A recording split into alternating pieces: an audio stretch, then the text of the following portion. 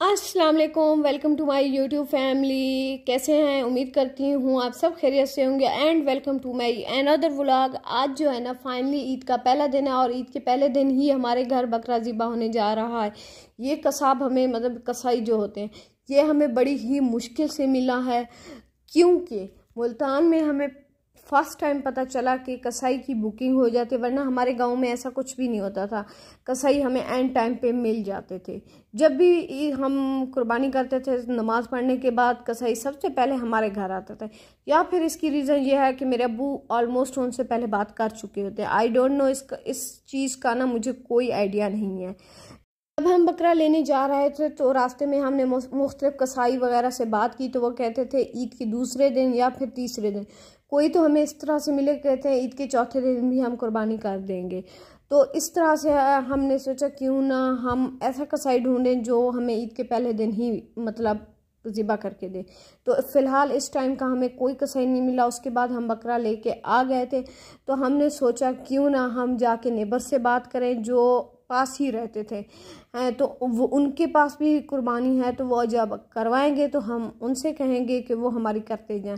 जैसे ही हम उनके घर गए तो कुछ लोगों ने कहा कि उनके पास मतलब जो बड़े होते हैं, बड़ा बछड़ा वगैरह बड़ा जानवर, उनमें हिस्सा है। तो कुछ लोगों ने कहा कि उनके बच्चों को पता है, और एक अंकल ने तो हमारे मुंह पे डोर क्लोज कर दिया। उसने कहा आप होते कौन है मुझसे ये सब पूछने वाले। खैर एनीवे, ये हर किसी का अपना माइंड होता है कि वो किस तरह से बात करते हैं। तो फ़िलहाल उन्हें इस तरह से नहीं करना चाहिए था। उसके बाद हम चले गए दूसरी साइड पे। वहाँ पे एक आंटी थी, तो उन्होंने बताया कि उनके जो भतीजे हैं ये सब वो करते हैं, तो वो जब आएंगे तो सुबह सवेरे आपकी कुर्बानी करवा देंगे। तो फाइनली जब हम सुबह उठ के गए उनके घर, तो उन्होंने कहा हम भी अपने कसाई का वेट करें, वो अभी नहीं आए। जैसे ही हम घर आ रहे थे रास्ते में हमें एक और नेबर मिले थे, तो उनसे जब बात की तो उन्होंने कहा हाँ ठीक है आप कसाई से बात कर लें। तो हमने उनके कसाई से बात की, तो उन्होंने बंदे भेज के हमारे घर कुर्बानी करवा दी। खैर कुर्बानी तो हो गई, लेकिन आज कुर्बानी का बहुत बड़ा दिन है। अल्लाह सबकी कुर्बानी कबूल करे।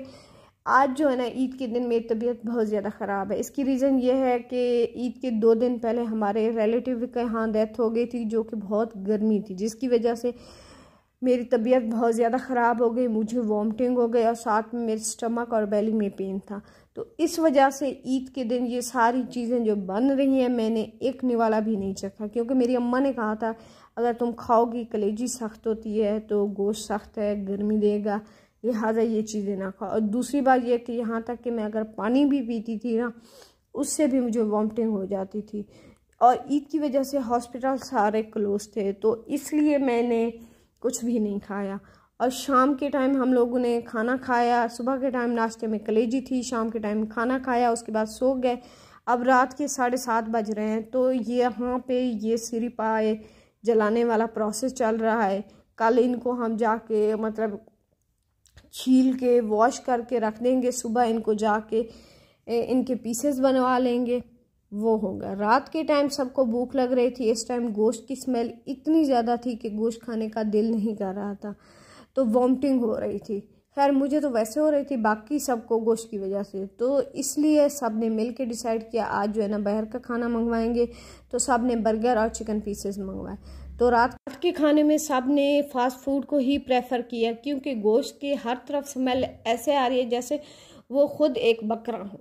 तो इसलिए सब ने कहा कि वो फास्ट फूड खाएंगे। हालांकि इनमें से कोई भी, मेरी फैमिली में से कोई भी जब बकरा ज़िबा हुआ आगे नहीं था। सबसे आगे मैं ही थी। बकरा ज़िबा करवाया, उनके हिस्से बनवाए, किसकी क्या बोटी बनवानी है, ये सारा कुछ मैंने किया। इनमें से कोई भी नहीं आया। जबकि बकरा ज़िबा हो रहा था तब मैं और मेरी अम्मी थी। खैर एनीवे, तो आज का व्लॉग मैं यहीं पे एंड करती हूँ। ओके, अल्लाह हाफिज़। मुझे अपनी दुआओं में याद रखना। मिलते हैं अगले व्लॉग में।